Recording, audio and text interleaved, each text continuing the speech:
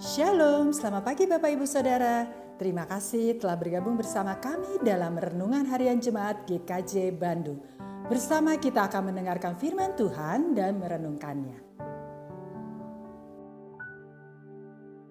Selasa 18 Januari tahun 2022.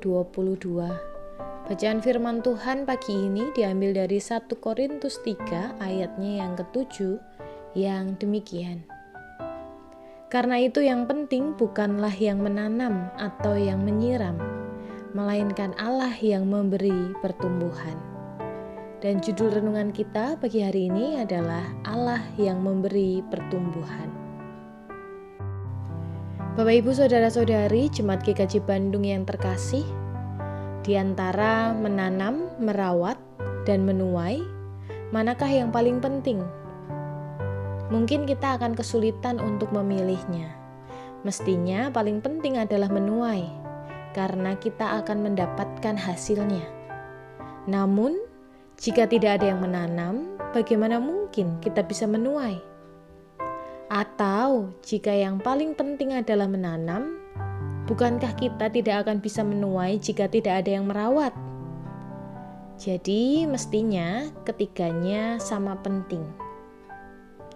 Tetapi dalam ilustrasi yang dipakai Paulus untuk menjelaskan peranan para pekerja, ia berkata bahwa karena itu yang penting bukanlah yang menanam atau yang menyiram, melainkan Allah yang memberi pertumbuhan.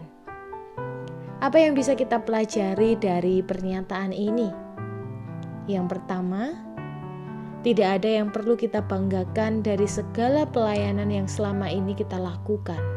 Sebab semuanya itu tidak berarti jika Tuhan tidak memberkati. Tidak perlu juga merasa lebih penting dari yang lain, atau merasa minder karena pelayanannya kecil, sebab semuanya sama di mata Tuhan.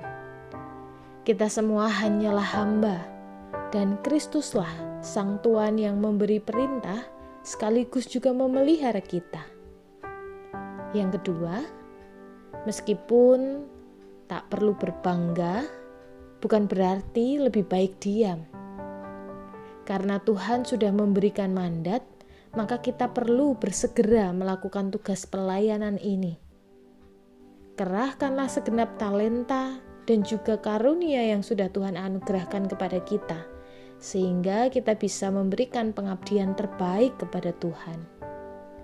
Dan yang ketiga, sebagai sesama hamba, maka kita perlu saling mendukung dan bersinergi. Daripada tenaga kita habis untuk memperebutkan siapa yang paling baik, bukankah lebih baik kita saling melengkapi dan mendukung agar nama Tuhan semakin dipermuliakan. Tugas atau misi utama yang Tuhan berikan kepada kita adalah untuk menyampaikan dan menghadirkan kabar baik, yaitu damai sejahtera Allah bagi dunia. Tugas ini seringkali terkendala karena ada musuh yang selalu ingin menghancurkan pekerjaan anak-anak Tuhan. Maka jangan menambah masalah dengan adanya permusuhan di antara kawan sekerja Allah. Melainkan bersatulah dan kerjakanlah setiap bagian dengan optimal, sehingga dunia ini akan semakin cepat dipenuhi dengan damai sejahtera Allah, dan makin banyak orang yang hidup mengasihi Allah. Amin.